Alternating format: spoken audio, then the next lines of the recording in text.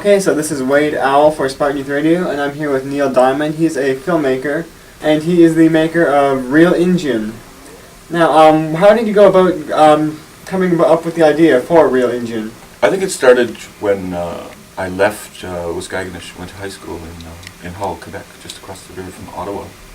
I would get asked by other students. I think I was the only native student in the whole school, 1,000 students or something. And they would ask me if we still lived in teepees or rode horses.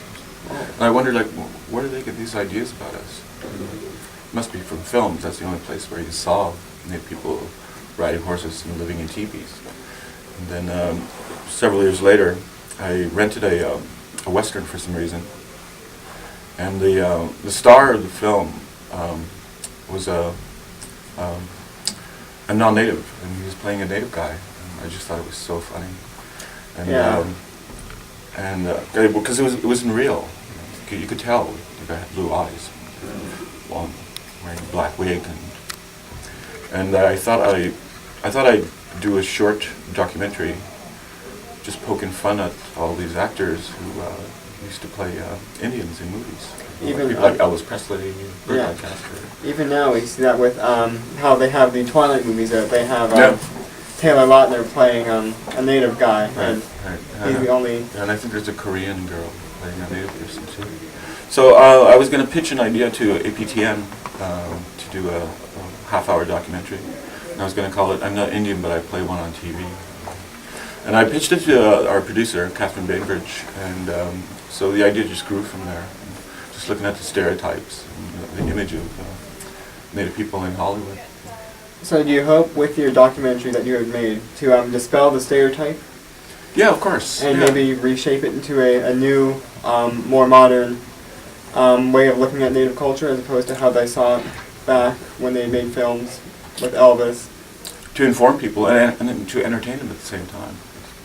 You know, like if you're trying to teach somebody something, I think they keep it more if you entertain them as well, make them laugh.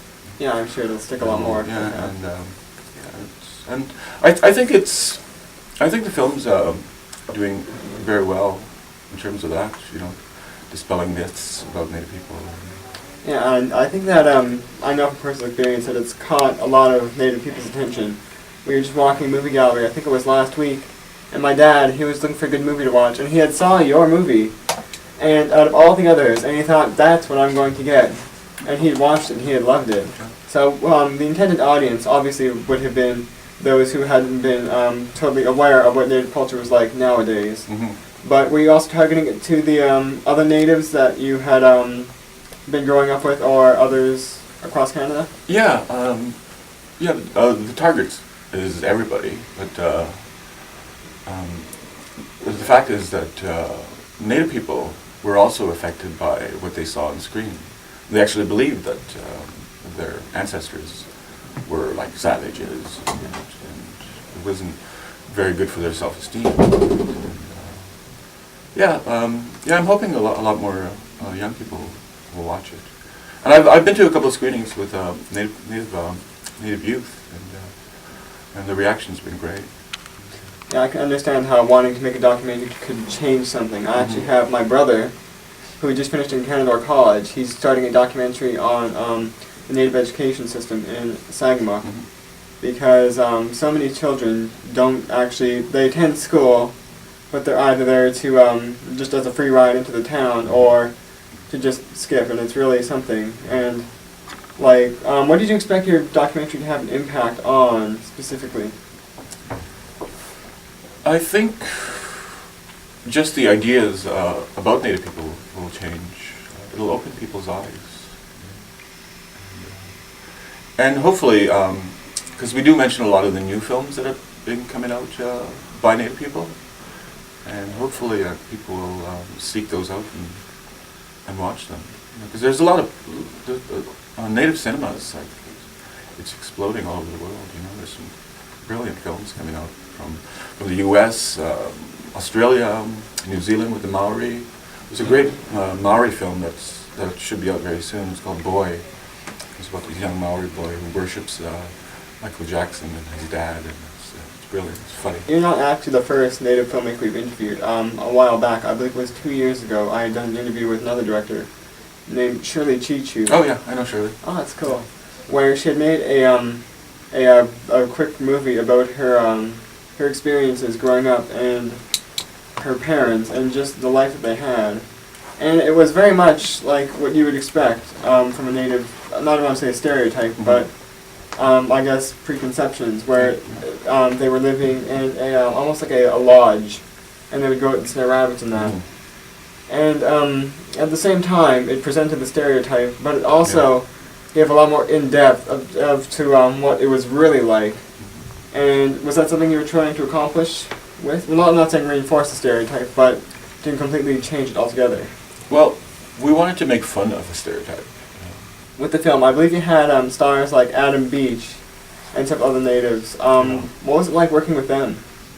Well, I'd known Adam before. The production company I worked for in Montreal, Resolution Pictures, had done a comedy series on APTN. No, for Showtime actually. And so I'd met him through that. And he's the one who actually got us an interview with Clint Eastwood, because he had done Flags of Our Fathers with him. And so he mentioned the project to Clint Eastwood, and he said yes right away.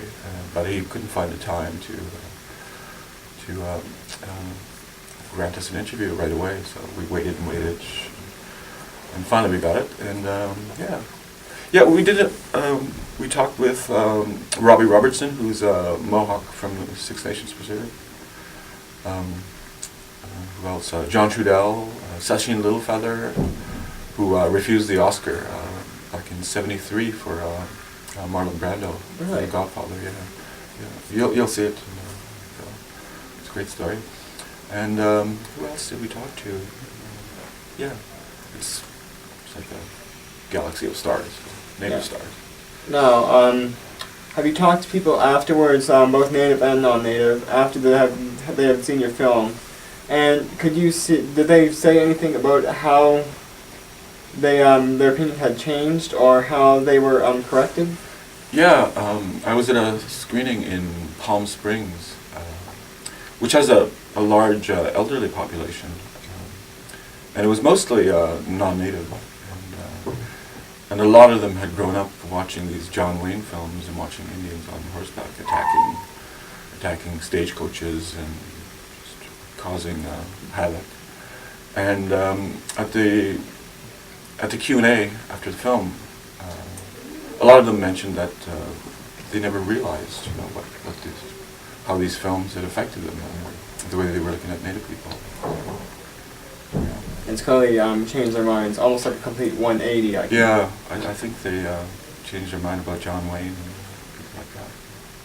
Okay, you had some sort of, I believe it was a hardship or difficulties with the film?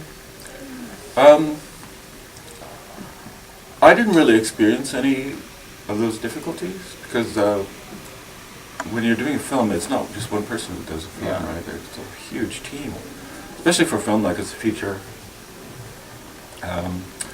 The one difficulty that people kept mentioning and are still talking about in the company is access to clips and archival films, and that takes a specialized it's a specialty. In filmmaking, there's one person, or actually there were two people on this project who were just looking at trying to find old films and getting the rights to them, all the lawyers involved. Film goes back and forth to lawyers, and they clear it. So that was the one difficulty we had. But getting access to people, interviews with them, almost every single person said yes right away. They just seem to like the idea so much. Yeah, it's a great concept. I really enjoy it. Alright, well, that's all the time we have. I'm Wade Al for Spartan Youth Radio, and I'm here with Neil Diamond, filmmaker, producer, director of Reel Injun and several other films. Thank you for your time. Thank you.